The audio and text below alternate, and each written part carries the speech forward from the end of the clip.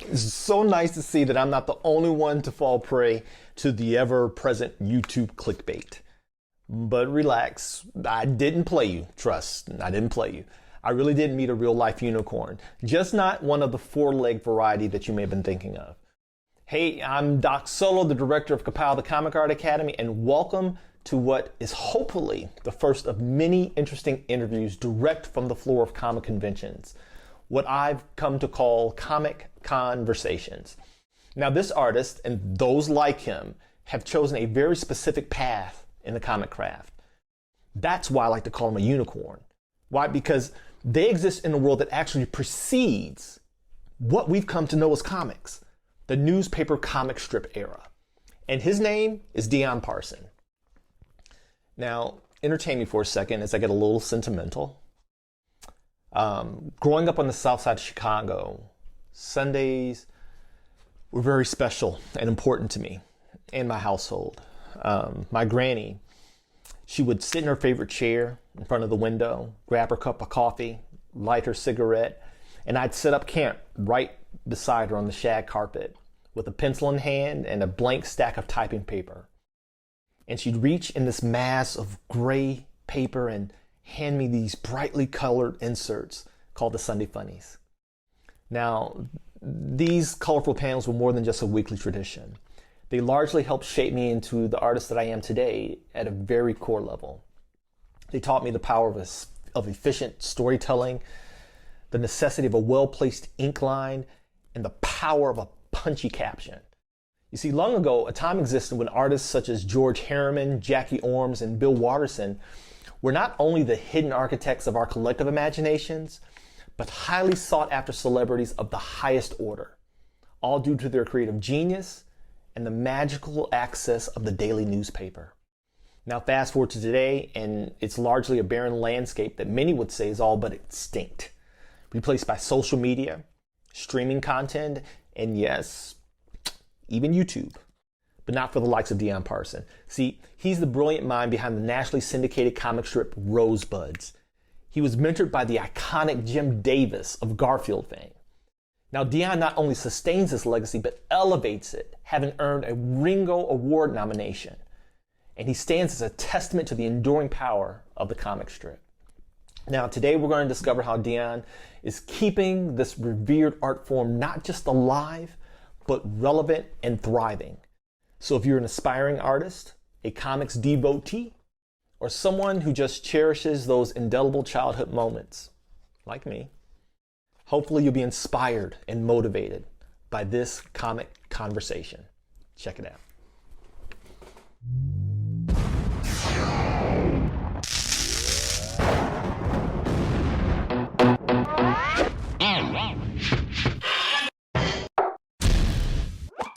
All right, y'all, this is Doc Solo from Ka-Pow, the Comic Art Academy, the real art school for real people with real lives, taught by real pros. And today I'm with a bona fide pro.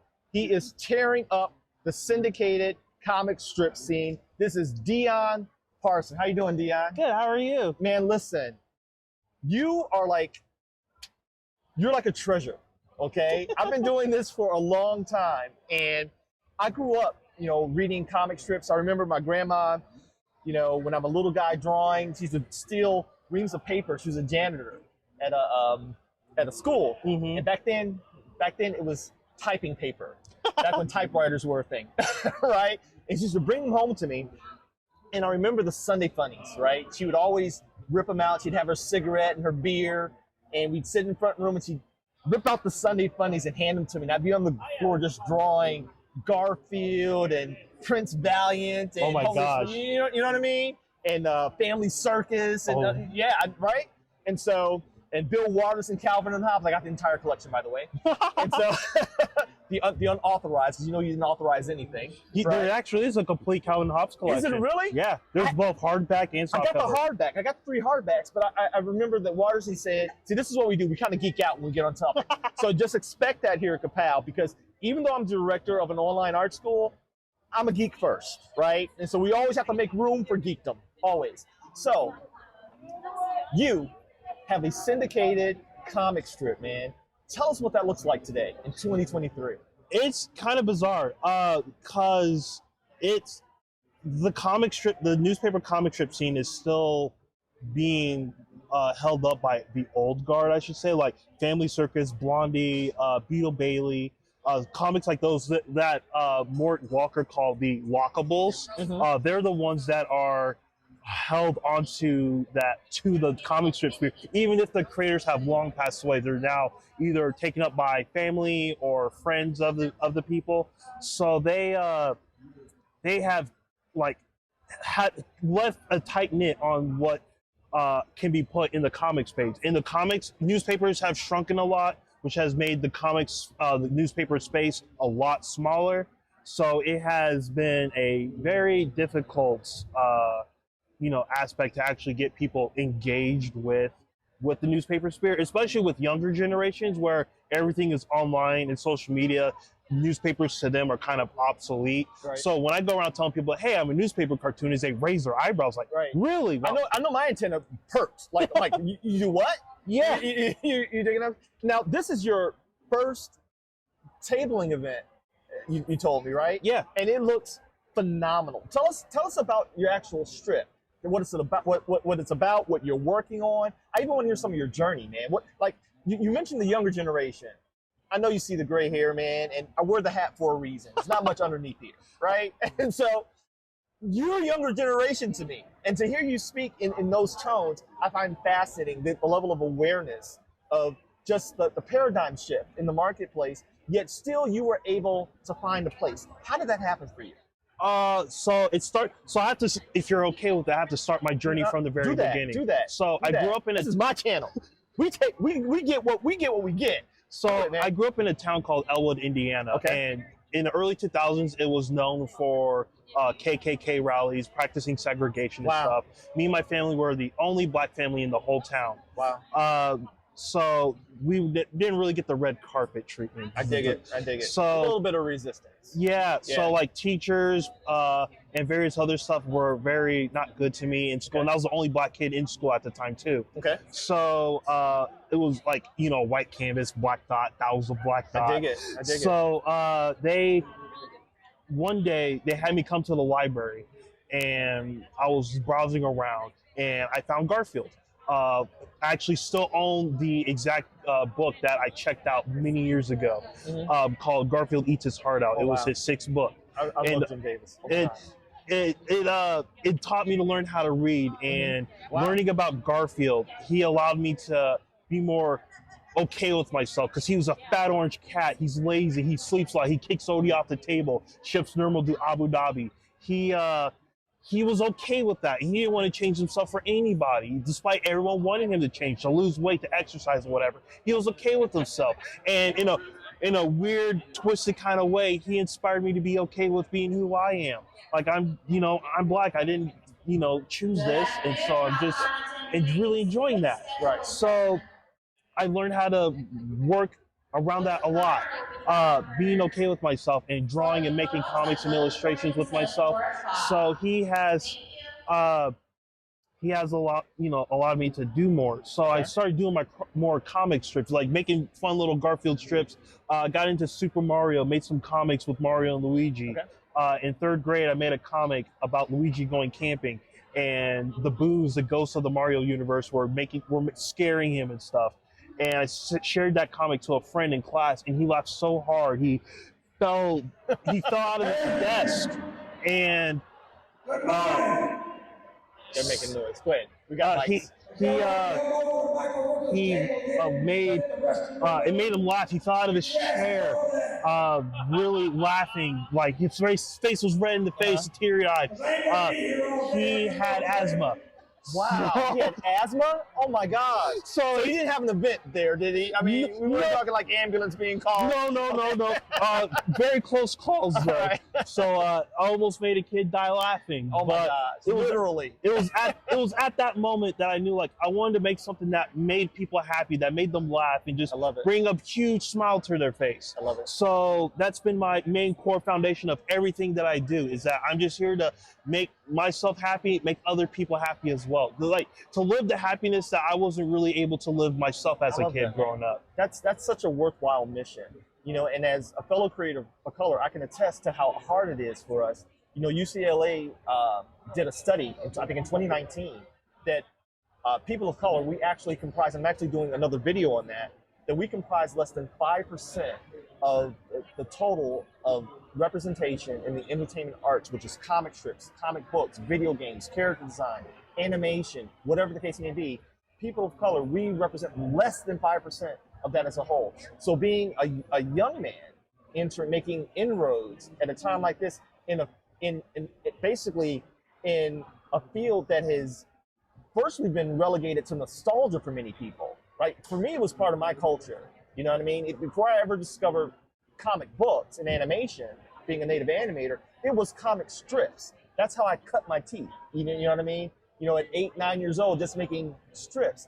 And to see someone that is actively still participating in something that really is a piece of Americana, right? And a person of color, that is profound to me. And so tell us a little bit about your strip in particular, what it's about, where we can find it, where we can find you on social, and we'll put a link in our bio, in our description, and we'll do all the things. Not that we have a huge following yet, but we're going to do what we can to support that. Tell us where we can find what you do, and so people can sample all this epicness that you're putting out. The main part is superd2.com. That's where you can see links and takes you to websites that have the full-fledged comics. Okay. I have 3 different comics. The first one, Life with Kurami, it's about a single mother who's raising her infant daughter, trying to overcome her self-doubts and anxieties.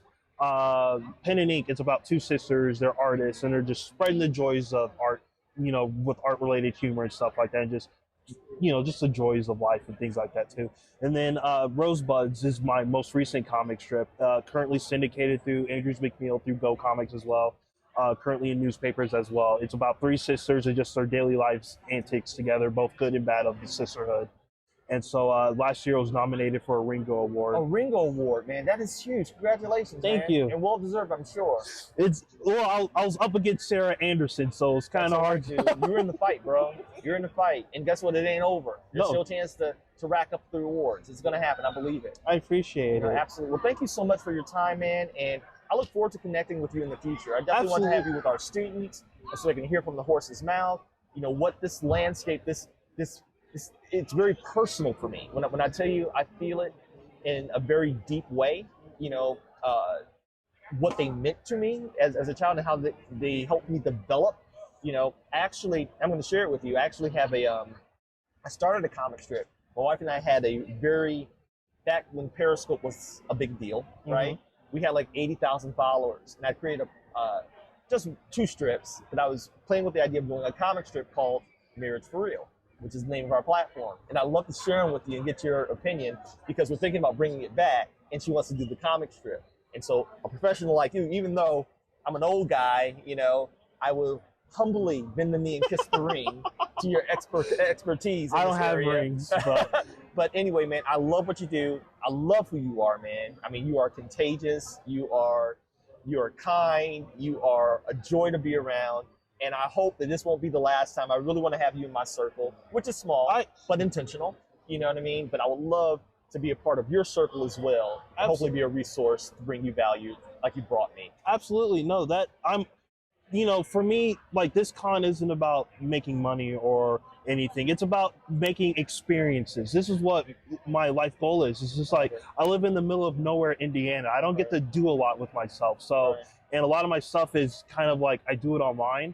So this is one of the first times I've ever been actually able to get out and actually meet people, meet artists. I have made some cool booth friends and artists that I hope to keep contained, for many years to come. I love it. So dude, this is the first of many, man. Me and my instructor, we were talking in closing. We were kind of talking when we left here, because that's what we do. You can talk about, right? Yeah. And I can be harsh, and people who know me, this is why they like to come to my school. It's harsh, but it's harsh in a way that is beneficial. It's tough love, right? It's love. It's tough, but it's a lot of love, right? Yeah. And when I tell you, when we walked away, man, I had nothing. And he was like, Solo, what do you think? I'm like, I got nothing. The dude is doing it, man. You know what I mean? I'm like, I don't do fandom, because fandom, you kind of turn your brain off. And I'm like, I'm a critic by nature. If I'm like, I could be a fan of this dude, man. Even if not for his work, which is phenomenal, when you add who you are as a person, I'm like, okay, how could I not? I'm saying, you know what I mean? I'm like, come on, dude. I'm not gonna fight. I'm not gonna resist this. So thank you so much for your time, Deon. No, I I'm want honored. you to get back and make all the monies, like my granddaughter says. Y'all come on, says, G-Pod, did you make the monies? Right? Make all the monies, Deon.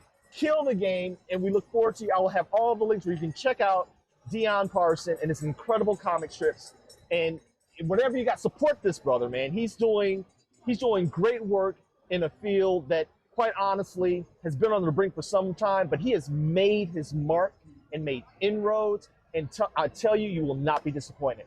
Thank you so much for your time. Thank you, Deon. Thank you. And this has been Doc Solo from Ka-Pow, the Comic Art Academy, the real art school for real people with real lives, taught by real pros. Check us out. Make your appointment today for your pre-application interview, and hopefully I'll see you in class. God bless.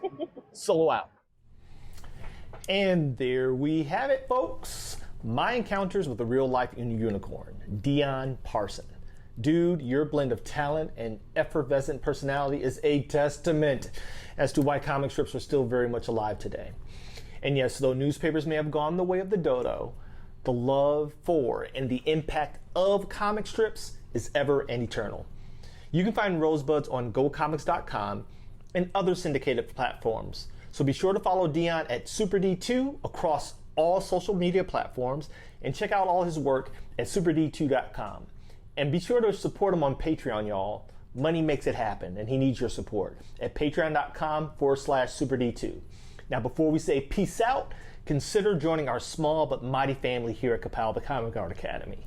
Just head over to our socials at Ka-Pow School everywhere.